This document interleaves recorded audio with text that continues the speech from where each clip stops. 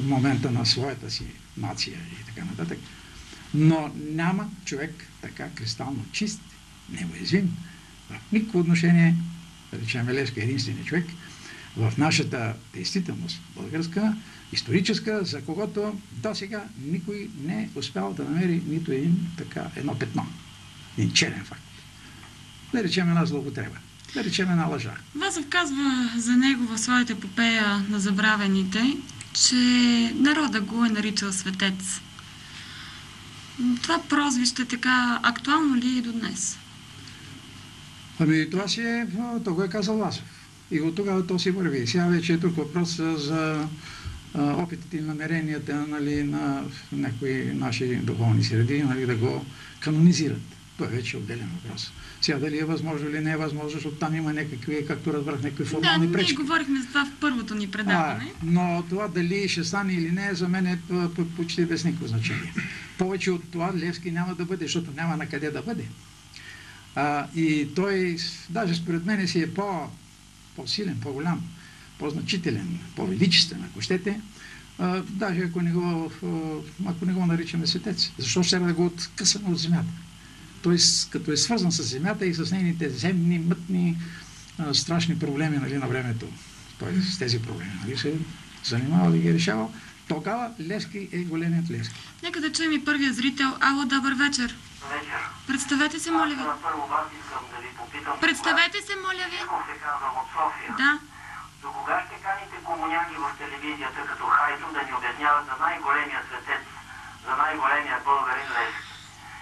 Комуниста никога не е бил българин. Предложете вие кого да поканиме, господин Цеков. Хубави ли бяха предаванията с хора истински българи, като Пламен Анакиев, като Тошо Пейков, като Иван Ценов, хора, да. Комунист, българи. Не комуняги като Хайто. Добре, нека да не делим точно в този момент, когато говорим за един българин.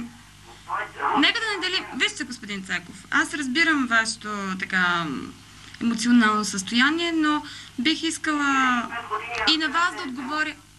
Много ви моля, господин Цеков. Бих искала към всички вас да се обърна с тази молба. Нека точно в тези предавания, когато се говори за Васил Левски, да не делим хората на сини, червени, комунисти или каквито и да са. Ние сме тук в тази телевизия, в това студио, за да търсим общите, допирните точки, да търсиме доброто и полезното за нашето общество, за всеки един член на това общество като българин. И смятам, че не е нито тук място, нито тук времето да се правят такива категоризации за гостите. Така че ще се радвам наистина, ако някой от вас, всички, които ни гледате в този момент, наистина предложите или идея, или въпроси имате по темата, или коментари. Това ще ме радва наистина. Нека да чуем следващия зрител. Ало? Ало, добър вечер. Представете се, моля ви. Слушам ви. Все повече се убеждавам, че демокрацията е инструмент, който не е за всеки народ. Зрителя, който се обади преди малко, вероятно дори не е чел нищо от писателя Кнетлов, вероятно не знае неща, които чу през предишните предавания за Левски, но се нахвърли с такива обидни квалификации, както Рове разкажахме, кой е син, кой е червен и така нататък. Аз ви моля по някакъв начин да ограничите достъпа на такива хора в такива предавания, защото от демокрация и от една отворена телевизия, която е вашата, се създадете в телевизия на хора ограничени, които си избиват контекстите. Направете нещо, моля ви, благодаря ви. Благодарим ви, господин Петров. Точно това направих току-що. Отправих една молба, един апел към всички вас, които желаете да вземете участие в това ваше предаване, както казах. Защото това е вашето предаване, вие можете директно да се свържете с нашите отворени телефони и да изразите своето мнение без цензура, както каза господин Петров, по един демократичен начин. Така че уважавайте тази възможност. Нека да продължим разговора си за Левски. Да, вижте, това си е нормално, но то си има винаги хора, които да плещат. Този плеще. Да. Този плеще. Аз разбирам нещо така, ако факти даде, да, разбирам. Но той е хабер, няма нито кой съм, нито какъв съм. Аз въобще нямам контакти, нито съм бил някога партия и така нататък. Разбира не може се, без такива. аз смятам, Това не бива да ни попречи ние да си кажем, онова, което има да си кажем. Безспорно. Господин Хайтов, вие като човек, който е близо до народа, мога така да се изразя, или до обществото, който живее в това общество, днес имах възможността така да видя едно чудно родопско село, в което вие живеете. Яворово се казва. Яворово, да. Кажете, моля ви, какво е мнението на селяните, на хората, на голямото общество за Левски? Как го приемат те? За Левски аз се изненадвам малко на вашия въпрос, защото специално за него, специално за неговата личност, никога не е имало спор. Той е народният герой, той е националният герой. И във времето той, така като следа това, което се пише за него от, да речеме, освобождението на България, ако щете, когато почва да се търси неговия гроб, къде е, нали, погребан и така нататък, дали се е изповядал или не се е изповядал, и изобщо за него, никога непрекъснато неговия авторитет с времето си расте. За разлика от други, за да речеме, времето винаги намеря някакъв дефект, някакъв кусур, нещо черно, нещо мътно около някого и т.н. За всички почти има спор. За Левски няма спор. Непрекъснато неговата фигура просто кристализира.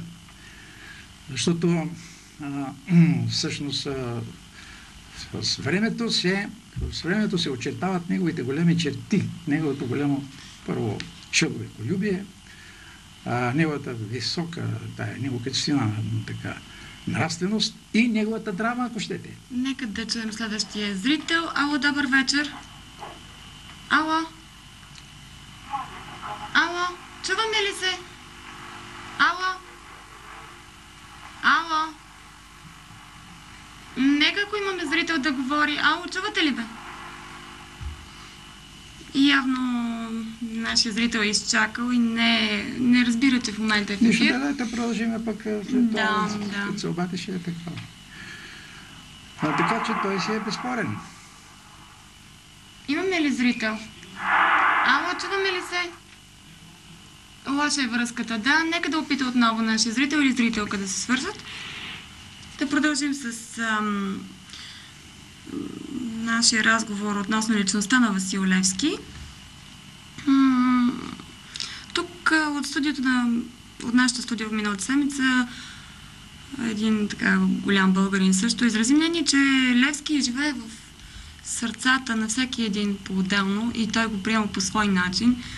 В смисъл такъв, че никой не може да натрапи своя образ за Левски на другия. Като че ли Левски е един мит в нашето общество? Има ли такова нещо, господин Хайтов? Левски не би казал, че е един мит. Това, което е изпял за него, изпял. Той е написал всъщност една поема за него. Иван Вазов. Това е най-хубавото и последното, което е написал и се остава то последна дума. От това по-нагоре не е написал никой до сега. Той е имал необикновено вдъхновение, нали, Вазов, народният поет. И от това, което е казал повече, според мен никой не би могъл да каже и да добави 300 книги да напишем повече. Той с много малко думи е казал всичко това, което може да се каже за Левски.